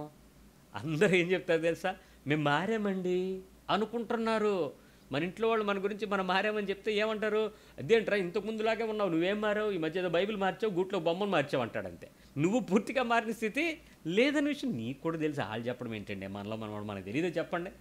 మనకు తెలీదా బ్రదరు సిస్టర్? మనకు తెలీదా? నువ్వు మారలేదు, నీకు తెలీదా? తెలుసు. ఏం మారింది? ఏంటి ముసుగేస్తూ మారింది? అలాంటివి మారితే తప్ప నీ లోపల మారిందో లేదో నువ్వు చూసుకో.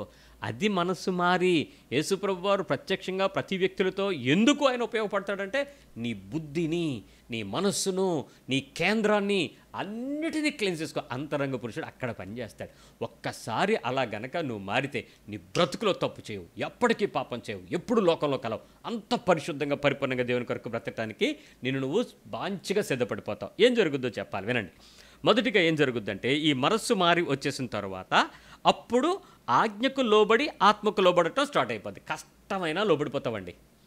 ఎంత కష్టమైనా సరే అంతరంగ పురుషుడు బలపరచబడిపోతుంటాడు కదా, ఇంక లోబడిపోతావు. ఏం జరుగుద్దో చెప్పనా? ఇది ఎలా జరుగుద్దో చెప్పనా? మొట్టమొదటిగా ఏంటంటే, నీ అనుభూతులు, నీ స్పందనలన్నీ నీకు తెలుస్తాయి నువ్వు తప్పు చేస్తున్నావు లేదో. ద ఫీలింగ్స్, ద ఎమోషన్స్, నీ లోపల నుంచి బయటకు వచ్చే స్పందన నీకు తెలిసిపోద్ది. నువ్వేం చేస్తున్నావు, నువ్వెందుకు చేయాల్సి వచ్చిందో, ఆ పరిస్థితి ఎందుకోసం నీకు అవకాశం వచ్చిందో నీకు తెలిసిపోద్ది ఖచ్చితంగా. మనందరికీ అర్థమవుతుంది. ఆ అనుభూతి, స్పందన.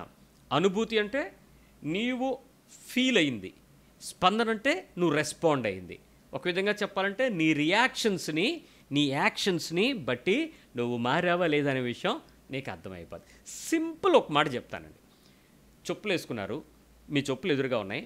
ఒకడెవడో చూస్తూ మీరు చూస్తున్నారు, మీరు చెప్పులు వేసుకోవడానికి దగ్గరికి వెళ్తున్నారు. ఈలోపు ఒక మంచి యవనస్తుడే కొంచెం బలంగా ఉన్నాడు చూసి, ఎవడరా ఈ చెప్పులు 2 ఎక్కడ పెట్టాడని చెప్పి ఒక చెప్పుని గట్టిగా తన్నాడు. నువ్వు చూస్తుండగా నీ చెప్పుని తన్నాడు. చర్చిలోనే బయటకు వచ్చాకే, ఆదివారం పూటే ఆరాధన అయిపోయాక తన్నాడు. తంతే అది వెళ్ళి మురికి కాల్లో పడింది. కొత్త చెప్పులే ఒక వారం ఎంత అయ్యింది, అది వెళ్ళి కాల్లో పడింది. నవ్వుకునే వాళ్ళు సైలెంట్గా వెళ్ళిపోతున్నారు. ఇప్పుడు చెప్పు, నీలో మనసు మారితే ఏం చేస్తావు, మారకపోతే ఏం చేస్తావు? ఈ ప్రశ్నకు నీ దగ్గర సమాధానం లేకుండా నువ్వు భక్తి వేషాలు వేస్తున్నట్టు ప్రార్థనలు చేసినా, అప్పుడు వరకు చర్చి నడిపించినా సుఖం లేదో. రైట్. ఇప్పుడు నువ్వు ఆ మనిషిని, ఆ చొప్పును తీసుకుని ఆ పంపు దగ్గరకో చర్చిలోనో బయటో బోరింగ్ దగ్గరకో వెళ్ళిపోయి నెమ్మదిగా కడిగేసి, అయ్యో ఆ పిల్లడు సర్లే అని చెప్పేసి ఊరుకుంటావా? వాళ్ళ అమ్మతో చెప్పి, వాళ్ళ అన్నతో చెప్పి, పక్కింటి ఆవిడతో చెప్పి, నీ పక్కనున్నోడితో చెప్పి, మీ పాస్ గారితో చెప్పి ఆడిని రచ్చరచ్చ చేసి రోడ్డు మీద తీసుకొచ్చి తీర్పు తీర్చుట అంటే అదే. వాడిని గద్దించాలనుకో, బైబిల్ నీకేం చెప్పుద్ది? ఆజ్ఞ అక్కడ లోబడుతుంది. ఆజ్ఞ ఏం చెప్పు తెలుసా? ఒంటరిగా ఉన్నప్పుడు వాడి దగ్గరికి వెళ్ళి అంటది. నీ మనసు ఏం చెప్పుద్ది? 2-3 లేకుండా వాడికి లెఫ్ట్ అండ్ రైట్ ఇవ్వకపోతే నీ మనసు నొమ్మంది ఉండదే. ఇచ్చేయాలి కదా గట్టిగా, చెప్పేయాలి కదా గట్టిగా, అరిసేయాలి కదా గట్టిగా. వెనక ముందు చూడం. నేను మా చర్చి నుంచి కిందకి దిగేటప్పుడు ఆ చెప్పుల దగ్గర, ఆ పార్కింగ్ దగ్గర, కార్లు బయటికి తీసేటప్పుడు, ఆ పక్క నుంచి వెహికల్స్ వచ్చేటప్పుడు మా భక్తులు చేసే వేషాలు చూస్తుంటే, వాళ్ళు మళ్ళీ నాకు పెట్టే దండాలు చూస్తుంటే, నాకు వచ్చి నా ముందు చెప్పే సాక్ష్యాలు వింటుంటే భలే నవ్వు వస్తుంది. ఆలివ్ గ్రీనో ఎంత ఎర్రోడురా నువ్వు, వీళ్ళ దండాలకే వీళ్ళు మురిసిపోతున్నావు నువ్వు, వీళ్ళు ఎన్ని వేషాలు వేస్తున్నారు. మళ్ళీ ఇవన్నీ నేనే చూస్తా, ఎందుకంటే మా సీసీ కెమెరా క్లియర్గా ఇవన్నీ చూపిస్తుంటుంది. వారంలో ఒకసారి నేను అవన్నీ చూసుకుంటుంటాను. అబ్బా ఈ సిస్టరేనా, అబ్బా ఈ బ్రదరా ఎలాగన్నాడు, ఏంటి వీళ్ళు ఎంత ఆర్గ్యుమెంట్ ఉన్నారు, ఏంటి ఎలా చేశారని. అప్పుడు మా వాచ్మెన్ పిలితే, బాబు మీ చర్చికి వచ్చే వాళ్ళకి ఒక దండం అంటది ఆవిడ. అప్పుడు అర్థమైపోద్ది ఇలాంటి పనులు. ఇప్పుడు నేను చెప్పిన ఎగ్జాంపుల్లో ఆ చొప్పు తీసుకెళ్ళి కడిగేసి దాన్ని తీసుకొచ్చి చేసేటప్పుడు ఏం చేస్తారు చెప్పండి? ఒంటరిగా చెప్పాలి, 2-3 ఉన్నప్పుడు చెప్పాలి, ఆ తర్వాత సమాజంలో చెప్పాలి. ఒకవేళ చెప్పితే వాడిని సంపాదించుకోవడానికా, వాడిని పోగొట్టుకోవడానికా?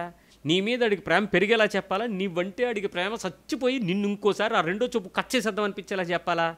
అది తేల్చుకో. ఇది ఒక ఎగ్జాంపుల్. అంటే అనుభూతి లేక అనుభవం లేక రెస్పాన్స్, స్పందన ఎలా ఉంటుందని తెలిసిపోతుంది, రియాక్షన్స్. మూడోది అక్కడి నుంచి ఏంటి, నువ్వు ఎలా నడిపించబడుతున్నావు, ఎలా బోధించబడుతున్నావు అని దగ్గరికి తీసుకెళ్తుంది. అంటే నీ డాక్ట్రినల్ టీచింగ్ దగ్గరికి నువ్వు కూర్చోబెడతాడు. సంఘంలోకి వచ్చి కూర్చుని చప్పట్లు కొట్టి కాసేపు చిన్న కునుకు తీసి ఆ చందా అక్కడ పడేసి పాస్టర్ గారి బుర్ర మీద చెయ్యి ఎత్తేంత వరకు నిద్రపోకుండా అక్కడ నిలబడిపోయి ఎట్టయ్యా ప్రార్థన చెయ్యయ్యా, నూనె పొయ్యయ్యా, నీ చెయ్యి ముంచెయ్యా అని తెగ ఇబ్బంది పెట్టి మొత్తానికి ఆయన చేత ఆఖరి వరకు పెట్టి వెళ్ళిపోయే ముందు మళ్ళీ పాస్టర్ గారి దగ్గర కూర్చుని అయ్యా ఎండను పడి అంత దూరం ఏం వెళ్తానులే అని చెప్పి కాసేపు అటు ఇటు నాటకం చేసి మళ్ళీ అక్కడే వండించింది ఏదో తిని అక్కడి నుంచి వెళ్ళి ఈ సెట్టింగ్లన్నీ వ్యవహారాలన్నీ చూసావా లోపల బోధ దగ్గరికి తీసుకెళ్తాడు నిన్ను. బాధ దగ్గర కాదు, బోధ అంటే వాక్యాహారం కొరకు ఇంపార్టెంట్, ఫుడ్ కాదు. ఈ మధ్య అందరూ ఎక్కడికి పోతారులే అని చెప్పి ఎండకి అన్నం పెడుతున్నారు. తిండికి ఇష్టపడి వచ్చేవాళ్ళు 100 మంది ఉంటారు, వాక్యానికి ఇష్టపడి వచ్చేవాళ్ళు ఒక్కడుంటే దేవుడు వాడితో పనిచేస్తాడు. అదే అంతరంగ పురుషుడు నూతనపరచబడటం, ఆత్మచేత బలపరచబడటం, క్రీస్తు యొక్క జీవము సమృద్ధిగా రావటం. ఈ విషయం తెలియకుండా నువ్వు చేసే పనులన్నీ అబద్ధాలు అవుతాయి. సో నడిపింపు బోధ దగ్గరికి వెళ్తుంది. అప్పుడు ఏమవుద్దో తెలుసా, నువ్వు వెళుతున్నటువంటి వాక్యము, వెళుతున్న సంఘములో ఉండే జీవము కలిగిన వాక్యము నీ ఆత్మను రెచ్చగొట్టి ప్రేరేపించి శరీర క్రియలను చంపి పాపవేచ్ఛలను నరికేసి చంపేసి వాటిపై నీ మనస్సు లేకుండా శరీరం ఏ రకమైన స్పందనకు అవకాశం ఇవ్వకుండా పూర్తి స్థాయిలో నిన్ను ఆ స్థాయికి తీసుకొచ్చి చిత్తకొట్టిన స్థాయికి తీసుకొచ్చి నీ మీద నీకు సిగ్గుపడేలాగా అక్కడికి తీసుకెళ్తాడండి దేవుడు, అక్కడికి నడిపిస్తాడు. మరి దయచేసి క్షమించండి, ఈ విషయాలు నేను మీతో చెప్పడానికి సిగ్గుపడను. ఎందుకంటే చాలామంది నాతోనే నేను ఎవరో తెలియదు కాబట్టి మాట్లాడేటప్పుడు వాళ్ళు డైరెక్ట్గా మాట్లాడుకుంటున్న విషయాలు నేను విన్నాను చాలామందికి. వాళ్ళు అంటారు, ఈ మనిషి నా వీడియో చూశారు కొంతమంది, వాళ్ళు మాట్లాడుకున్న తర్వాత వాళ్ళు చెప్పిన మాటలు విన్నాక నాకు అర్థమైంది, ఈ మనిషిని ఫాలో అవడం చాలా కష్టమండి, ఈయన చాలా కఠినంగా చెప్తాడు, ఇలాగ ఎవరు ఉండరండి, అందరూ అలా చేయరండి అని. మరి నీకు అలా చెయ్యని బోధ దగ్గరికి పరిశుద్ధాత్మ దేవుడు అయితే నడిపించడే. దేవుని ఆత్మని అంతరంగంలో బలం తేదే. ఆత్మ ద్వారా బలం రాకపోతే క్రియలు మారవే, క్రియలు మారకపోతే అభిషేకం రాదే, అభిషేకం మారకపోతే మారు మనసు రాదే, మారు మనసుకు తగిన క్రియలు ఫలించితే క్రీస్తు దగ్గరికి వెళ్ళవే. మరి దేవుని రాజ్యం పోగొట్టుకునే భక్తి నీ జీవితకాలం యేసు ప్రభు గారు సంఘంలో పడుంటే ఆ బెస కోనేటి దగ్గర ఉన్న ఆ కుంటోడికి నీకు తేడా ఏంటి? మరి ఆ సాఫ్ వేసుకుని అడుక్కోవటానికి, గుడ్డ వేసుకుని అడుక్కోవటానికి బతుకుతున్న నువ్వు ఒకటే, తేడా ఏం కనపడరు ఇక్కడ. అయితే ఆ సహవాసంలోకి, ఆ బోధలో నుంచి ఎక్కడ తీసుకెళ్తాడు తెలుసా దేవుడు? సహవాసంలోకి లేక సంఘంలోనికి తీసుకెళ్తాడు. ఆ చర్చ్, ఆ ఫెలోషిప్, ఆ బాడీ ఆఫ్ క్రైస్ట్లోకి తీసుకొస్తాడు. ఆ శరీరంలోకి వెళ్ళిన తర్వాత నీ పరిచర్య ధర్మాలు తెలుస్తాయి, నీ పద్ధతులు మారతాయి, నీ ఆలోచన ధోరణి మారుతుంది. ఒక సహోదరుడికి గొప్ప చేయటం ఏంటో నీకు తెలుస్తుంది, ఆ సహోదరుని గణపరచడం ఏంటో తెలుస్తుంది, ఆ సహోదరుని ఎదుట నువ్వు దీనుడిగా ఎలా వంగాలో తెలుస్తుంది. వారికి నీకు మధ్యలో దేవుని వాక్యానుసారమైన క్రియలన్నీ మారతాయి. ఆ టైంలో నీ మనస్సు మారి నూతనపరచబడతా ఉంటుంది, రూపాంతర పరిచర్యలోకి వస్తూ ఉంటావు, నీలో క్రియలన్నీ మారుతూ ఉంటాయి. ఇది రెగ్యులర్గా అక్కడికి వెళ్తూ ఉంటే ఏమవుతుంది, మనకు కూడా రెగ్యులర్గా ఆ రకమైనటువంటి ఫెలోషిప్లో, సహవాసాల్లో ఆ బలము అందుకుంటా. 6 నెలల సహవాసం చేస్తానంట వాడు వీడవుతాడని లోకంలో సామెత ఉంది. మరి 6 నెలల పాటు ఆత్మ సంబంధమైన వ్యక్తితో, వాక్య సంబంధమైన వ్యక్తితో, హృదయపూర్వకమైన ప్రేమ కలిగిన వ్యక్తితో, దైవిక లక్షణాలు కలిగిన సంఘంతో, వాక్యంతో సహవాసం చేస్తే 6 నెలల్లో నీ జీవితం మారిపోవాలి. కానీ మ్యాక్సిమం టైము 3.5 ఏళ్ళు. 3.5 సంవత్సరాలు గనక నువ్వు సంఘంలో స్థిరంగా ఉన్నావు అని అంటే ఖచ్చితంగా నువ్వు ఆ ప్రదేశంలో నీ కుటుంబాలు ఎక్కడైతే ఉంటాయో సంఘానికి దూరంగా ఒక ప్రత్యేకంగా సేవకుని దగ్గర నుంచి నువ్వు నూనె పోసి ప్రార్థించి పంపబడి అక్కడ నువ్వు కొంతమంది గుంపుని తయారు చేయాలి, ఏర్పాటు చేయాలి, వారిని నడిపించాలి. ఇలాంటి కరోనా పరిస్థితుల్లో కొంపలు మూసుకుని లోపల కూర్చుంటారంటే అక్కడ ఉన్న కొంపలందరూ కలిసి ప్రార్థన చేయడానికి వీధుల్లోకి వచ్చి ప్రార్థన చేసుకునే పద్ధతికి రావాలి.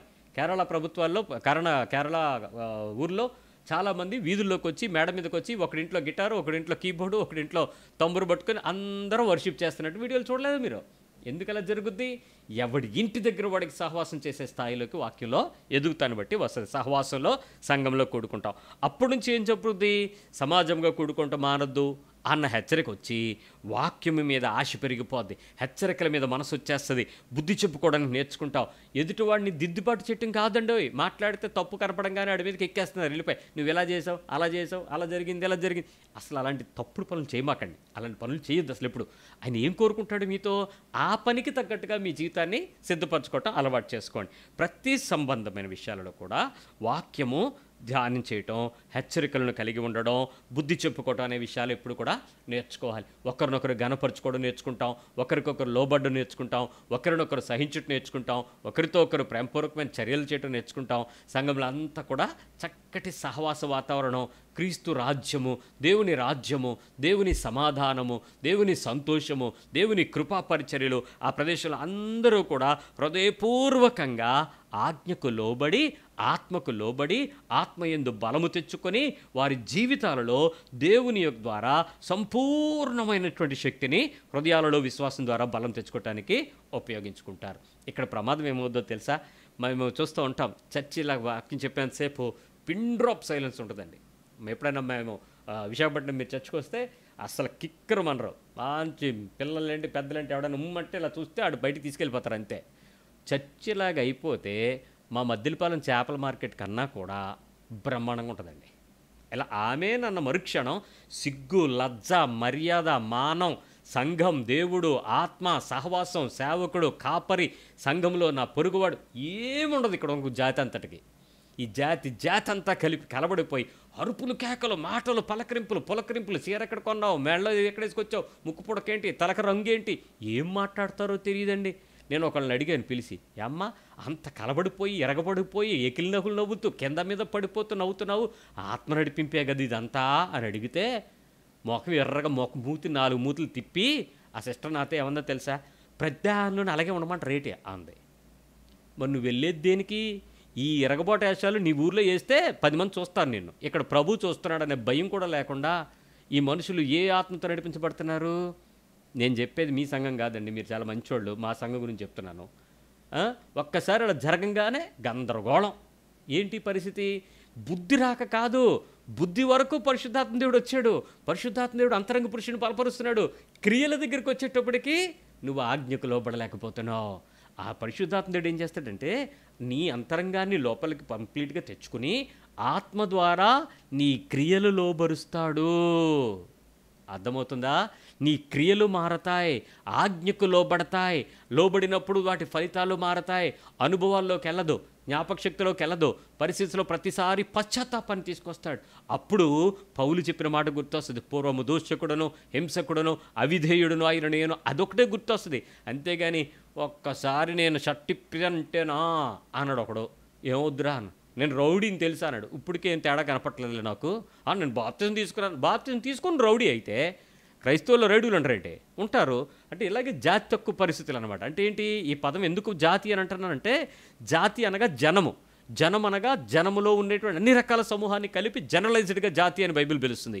ఈ జాతీయతలో నుంచే ఆత్మ ద్వారా నడిపించబడిన జనాంగాన్ని ఎన్నిక చేయబడతారు. వారు నాయకులు అవుతారు, వారు పరిపూర్ణులు అవుతారు, వారు క్రీస్తు మీద హృదయం కలిగి ఉంటారు, క్రీస్తు కొరకు ఆసక్తి కలిగి ఉంటారు, వాక్యం కొరకు పరిపూర్ణమైన ఆసక్తితో, పోరాటంతో, ఆశతో, తీవ్రతతో మండించబడిపోతూ ఉంటారు. వాళ్ళకి కావాల్సింది వాక్యం, దిద్దుబాటు, సరిగ్గా క్రమంలోకి రావటం, సమాధానంతో, సంపూర్ణతలో ఇంకా ఇంకా దైవికమైన ఆలోచన కొరకు వారి అంతరంగంలో నుంచి నూతనమైన మనసుకు తెచ్చుకోవటం. ఇంత జరిగితేనే నీ అంతరంగంలోనికి దేవుని యొక్క వాక్యం చెప్తున్నట్లుగా సంపూర్ణతలోనికి నువ్వు రావడానికి మొదలవుతుందండి. ఇంతవంతా కలిపి ఇదంతా చర్య అంతా ఎక్కడుందో తెలుసా? ఒక్క వచనంలోనే ఉంది. ఏంటి? 15వ వచనంలో, మీరు ఎఫ్ఎస్సీలకు రాసిన పత్రిక 3వ అధ్యాయము 15వ వచనం, మీరు అంతరంగ పురుషుని యందు శక్తి కలిగి ఆయన ఆత్మ వలన బలపరచబడినట్లుగా క్రీస్తు మీ హృదయంలో విశ్వాసం ద్వారా నివసించినట్లు. నేను ఇంకా మొదటి భాగం చెప్పాను, హృదయాలలో విశ్వాసం ద్వారా నివసించడం చెప్పలా. ఏంటి? అంతరంగ పురుషుడు నూతన పరచబడి ఎలా జరిగింది? దేవుని ఆత్మ ద్వారా నీ ఆత్మ నడిపించబడుతుంది. దేవుని ఆత్మ ఎప్పుడైతే నీ ఆత్మ నడిపించడం ప్రారంభిస్తాడో నీ క్రియలు మారిపోతాయి, నీ పద్ధతులు మారిపోతాయి, నీ మాటలు మారిపోతాయి. ఒక ఆయన వచ్చి నాతో చెప్పిన సాక్ష్యం చెప్పి ముగిస్తాను. ఆయన అన్నాడు, పాస్టర్ గారు దేవుని దగ్గరికి వచ్చాక నేను చాలా మారిపోయానండి అన్నాడు. నువ్వు మారిపోయావని అనుకుంటున్నావా?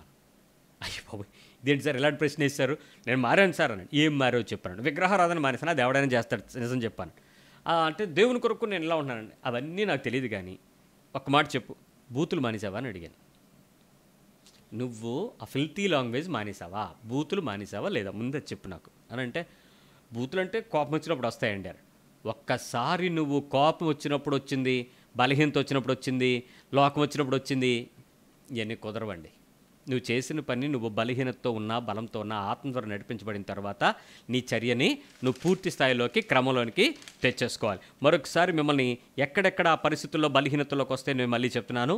మొదటిగా మీ మాటలు, రెండవదిగా మీ చేతలు, మూడవదిగా మీ నడత, నాలుగవదిగా మీరు విడిచిపెట్టాల్సినవి పట్టుకోవాల్సినవి, ఐదవదిగా మీరు పొందుకోవాల్సినటువంటి సుఖము అనే పదం దగ్గర ఉన్నటువంటి పాపము. సుఖముతో పొంచి ఉన్నటువంటి పాపం, వ్యభిచారం లేక జారత్వం. ఈ 5 బలహీనతలు మానవుని లోపల సెట్ అయితే బయటికి మార్చేస్తాయి. లోపల పరిపూర్ణులైతే బయటికి పరిపూర్ణతలోకి వచ్చేస్తావు. లోపల బలహీనతల నుంచి విజయం పొందితే నువ్వు బయటకు కూడా బలంలోనికి నడిపించబడిపోతావు. ఈ రెండింటిలో ఏ మాత్రం మార్పు లేకుండా నువ్వు ఉంటే ఐఎమ్ సారీ, నువ్వు దేవుని సన్నిధిలోకి వచ్చి, దేవుని సంఘంలోకి వచ్చి, దేవుని ఆత్మను నువ్వు పొందుకొని, నువ్వు భాషలో మాట్లాడినా, ప్రవచనాలు చెప్పినా, కలలు కన్నా, స్వస్థతలు ఇచ్చినా నీ జీవితం వృధా, ఉపయోగం లేదు. దేవుని యందు నువ్వు పరిపూర్ణుడిగా రాలేవు. ఈరోజు క్రైస్తవ జీవితం అనంటే క్రీస్తు యొక్క సారూప్యతను పొందడం, క్రీస్తు యొక్క సంపూర్ణతలోనికి నడిపించబడడం. అలా రాని నీ బ్రతుకులో ఎక్కడెక్కడ ఏ పరిస్థితులు ఉన్నాయో చూసుకుని వాటన్నిటిలో నుంచి గుణపరచబడదామా, వాటిని సరిచేయబడదామా? ప్రభు చిత్తమైతే ఈ అనుభవంలో దేవుని ఆత్మచేత నడిపించబడటానికి, ఆజ్ఞకు లోబడటానికి, సంపూర్ణమైన విధేయతకు లోబడుతూ ఎట్లా హృదయాలలో విశ్వాసం ద్వారా దేవుని యందు జీవించడం ఎలాగో రేపు ప్రభు చిత్తమైతే మనం నేర్చుకుందాం. దాని కొరకు ప్రభుని సహాయం అడుగుదాం. ప్రార్థన చేసుకుందాం.